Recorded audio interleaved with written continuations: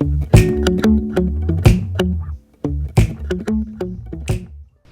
everyone and welcome back to my channel. If you're new here, my name is Kaelyn. I'm a master's student here at the University of Oxford studying history, and I just accepted my offer of admission to the combined PhD program in History and African American Studies at Yale University. The last video that I posted was my announcement video where I showed my reactions to my acceptance and talking a little bit about the process of finding out and deciding to choose Yale. I posted on my Instagrams to see if you guys had any questions you wanted me to elaborate on, such as things related to the application process, why I specifically applied to this program, and a bunch of other things. So I figured I would elaborate in this video. I also did an Instagram live last night, in which case I got a lot more questions about the whole process and why I chose Yale over other programs. So I'm gonna go ahead and talk about those things here. I'm gonna be going in chronological order. I ended up filming this video yesterday and it ended up being a little all over the place. So I'm first gonna be talking about the application process, the acceptance, and then why I selected the program. So if you guys want to know why specifically I chose Yale, you're gonna have to wait till the end of the video. So one of the most common questions I got was what was the application process like, what was required in the application, and if I could include deadlines. So we'll start with the deadline. So I submitted my application on December 14th. The deadline was December 15th. I received the notification, or I received the email saying that I had been shortlisted and was going to need an interview on January 18th, and then I had my interview on January 20th, and then I received my acceptance letter on February 3rd. That's the general deadlines of when I submitted and I heard back, and that's going to vary from year to year. It's also going to vary depending on your field of study and who's going to be your interviewee if you have made the shortlist. Yale, unlike other programs, does require an interview. Interviews are not terribly standard for the study of history, but I know a couple schools that do it, including Penn. I don't know if Harvard does. I do know that Yale has to. Stanford does not. UVA does not, as far as I'm aware. So it varies depending on the program, and the only school that I know of that absolutely requires it is Yale. Okay, so the application process. So as I said before, I got into the History and African American Studies combined PhD. So my application process was just like any other history student, but I did have to demonstrate that I had the skills and was going to be a good candidate for both programs. I had a statement of purpose, I had my resume, transcripts, written sample, letters of recommendation, and then Yale, unlike other schools, requires a book review for their history department.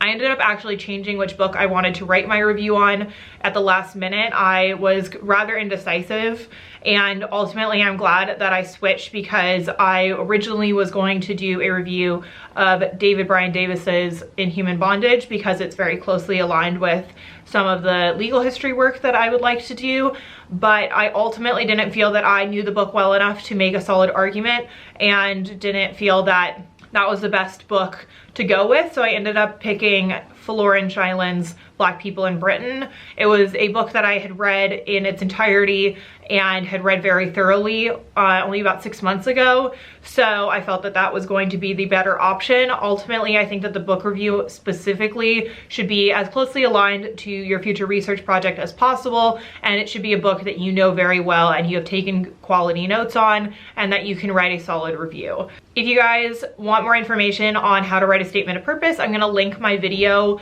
about that down below, but for my statement of purpose for Yale in particular, I made sure to highlight that I wanted to work with this one advisor, and that there were other people on faculty that I wanted to work with as well. There were certain archives and manuscripts that Yale would have access to, either at the Beneke Manuscripts Library or at the Massachusetts Historical Society or in Maryland, and so being in New Haven would allow me access to those sources. And I also needed to talk a little bit about how my undergraduate research and my undergraduate coursework would benefit me in the program at Yale, because I did actually take graduate level courses while I was at UCLA. So that all being said, my statement of purpose was very much like I said in my how to write a statement of purpose video. It first had my research proposal, and then I had a section about my past experience and skills and things that I wish to learn, and then from there I talked about why specifically Yale would be the right program for me. So as far as I'm aware, and I could be completely wrong on this. I believe that my application had to be reviewed by the history committee as well as members who have a dual appointment in the history department and African American studies department, given that I was applying to an interdisciplinary program. Luckily, a lot of the professors I did ask to work with do have dual appointments. And yesterday I actually had a meeting with one of the current PhD students, and he said that this year in particular, they had about 160, 170 American history applicants, and that they took 7. So that just goes to show that the application process is incredibly picky and has probably the lowest acceptance rate of most programs.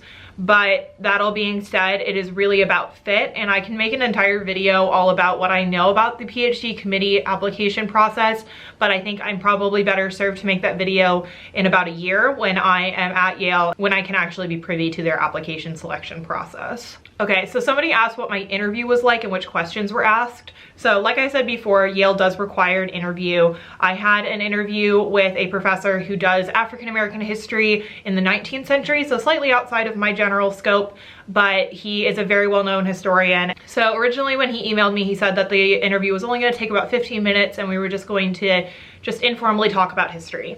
And the interview ended up being very casual, very informal. I actually really enjoyed the conversation. I just felt like I was just chatting with someone, and I think that's how it's supposed to be. I think that's how it should be. And the first thing that he asked me when we got on the phone is how I was doing at Oxford and who I was working with here. And so I was just talking about which projects I was working on, why I came to Oxford in particular, who I was working with, things that I wanted to explore while I was here, and how that was going to inform my future studies. He asked if I'd consider myself an Americanist, and I thought that that might be a trick question because in PhD programs, they want you to be teachable. They want students that they believe that they can help kind of develop into researchers. They want you to really understand the discipline of being a historian. So being really set in your idea of who you are and what your research is going to be can actually hurt you. You want to be certain about the area, and you want to be, you don't want to be wish-washy, but you also don't want to be hard-headed, and you don't want them to feel that you are stuck in a very specific subset. And that is because you are going to be taking coursework with a variety of professors. They're going to want you to explore a bunch of different areas of research, and so being able to talk about the other areas that you wish to explore is also helpful. So when he asked me if I consider myself an Americanist, I said I do, because the training that I have had thus far has lent me to methodologies used by Americanists, and a lot of the research that I do is kind of grounded in the American South, though I would like to take it into a transatlantic context, and I would like to do more comparative legal histories in the future. So I'm not terribly set, though I would like my focus to remain somewhere within the American historical scheme. So after talking about my undergraduate work and my master's work, we talked a little bit about the course structure. So he asked if I had any particular questions, and I said, given that I have applied for the History and African American Studies combined PhD, what is the course structure going to be like? Who am I going to be working with? Which classes am I going to be taking? And we also talked about the library and other resources. He definitely put my mind at ease about a lot of things about the program at Yale, and the second we got off the phone, I just had an immediate feeling that it was the right school for me, and I was going to be honestly quite devastated if I didn't get in, but I'm glad I did. All right, so somebody asked about financial aid, and this is a huge question that I've received time and time again, especially given that I'm studying in the UK. So just so you guys know, I can make another video on this, and if you guys want that video, please leave a comment down below. But the financial schemes in the UK are very different than the US, especially for PhDs. So PhD programs in the United States generally are funded, which means that your tuition is covered, your health insurance is covered, and you receive a living stipend. That stipend varies depending on which program you have been accepted to, if it is a public versus a private school, etc. So ultimately you are being paid to attend that program, but that is also on an exchange basis. So the first year or two, you're going to be doing coursework and you are very much a student. But then from there, the exchanges that you will TA for classes, you will learn how to actually become a professor. You're going to learn about different pedagogies and how to write lesson plans and whatnot So that is a huge part of the American training. And then from there, you're going to be writing your dissertation. That's why the US PhDs take so much longer. And the UK PhDs are very much based in research and they are not always funded. So finding funding, especially in the humanities, is much harder in the UK. So that all being said, at Yale, I will have my tuition covered, I will have health insurance through Yale Health, and I will also have my living stipend, which will cover my rent and other living expenses. I do plan on continuing my consulting services throughout the time that I am in my PhD, and I would like to expand that business as well as my YouTube channel. So ultimately, I do not plan on only having that as my income. I would like to also tutor or work at the writing center if possible. That all being said, my living stipend is actually quite generous, especially given that I'll be living in New Haven, which is not terribly expensive. By comparison, I'm just gonna put this out there. I grew up in the Bay Area. I lived in LA while I was at UCLA, and I'm living in Oxford. So I've lived in very expensive places. So going and living in New Haven, the prices really don't seem that bad. So that all being said, I just wanted to mention that because although I think that the living expenses and whatnot are quite low in New Haven compared to other locations, I just want to make sure that I am stating that I am very much aware that my perception of cost and living expenses is a bit skewed given my personal living situations. So I have actually gotten quite a few questions about this, about my move. So I grew up in California. All of my stuff is currently in the Bay Area with my grandparents. I lived with my grandparents before going to UCLA, and that is where I call home. I'll be moving in August because I have orientation on August 24th. So I need to be in New Haven probably by August 15th, and I need to find an apartment, which the renting period begins August 1st. I am currently in the process of trying to figure out how I'm going to do that and how I'm going to want to afford that and to just the logistics of making that happen.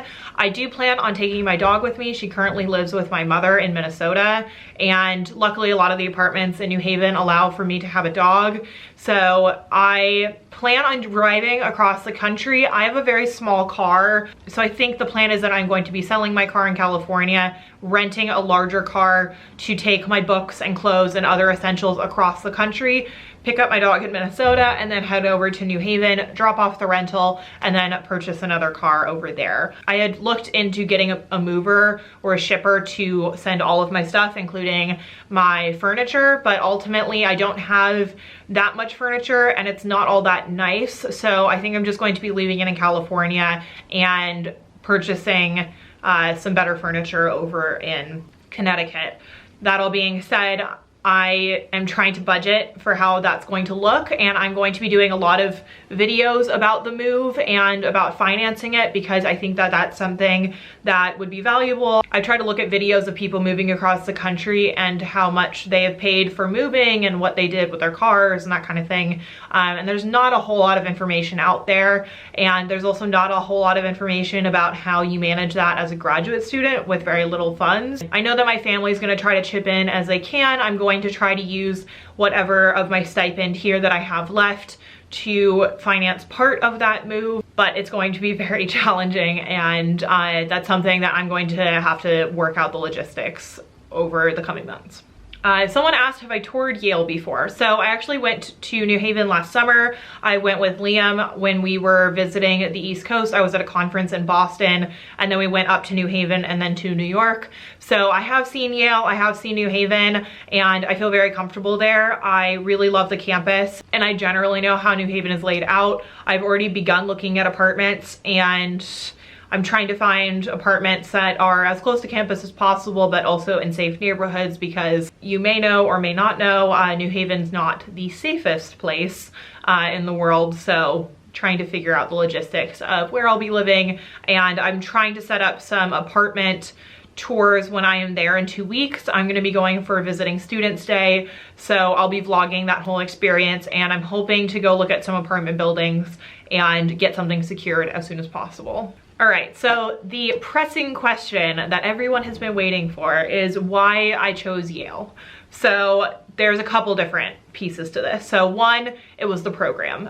No other program that I applied for would allow me to do a combined PhD in both history and African American studies. I do strongly believe in studying a variety of methodologies. I believe that the field is moving more towards interdisciplinary and intersectional work, and I want to be as well prepared and well educated for that type of research as possible. And in addition to that, Yale has a long history of supporting interdisciplinary research. The African American Studies Department was founded 50 years ago. I actually don't know when the Gender Studies Department was founded, but ultimately there is a strong dedication to ongoing research in a variety of fields, and especially with the Gilder Lehrman Center for Slavery Studies and the different workshops and colloquia that are available in the PhD program. I felt that the program was the best fit for me. I had applied to a variety of programs, and I have to say that I think that this is the best course structure for my personal goals. Two, I chose Yale because of the stipend. The stipend is rather generous by comparison to other schools. There are some schools that have larger stipends, but ultimately for the humanities, especially for the study of history,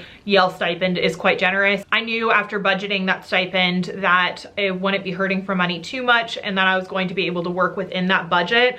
But that being said, I do want to state that I do also plan on trying to find other sources of income, because there are other things that I would like to do with my career, and I also do plan on doing law school, so I have to figure out ways to save some money.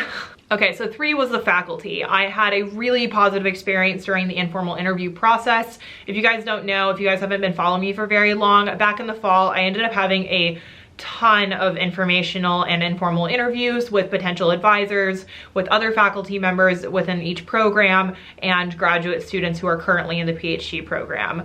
So I think that this process is incredibly important and is something that everyone should try to do if they are applying for PhDs. That being said, I had a very positive experience with everyone at Yale, and they were all very accommodating. I had an informal interview with the professor who is going to be my advisor, and I also met with a variety of other faculty members, and I think that that really benefited me, and I'm really excited to work with them. There is just a wide range of subjects that are covered within the faculty. There's so many people that I'm going to be able to work with and that are going to be able to support my work and my growth, and I'm so excited. I just think Yale is the perfect place for me to develop my research. I don't think I could have found a better program for me. Number four is sources and location, as well as libraries. Sources, as a historian, are incredibly important, of course. Having accessible archives is equally important.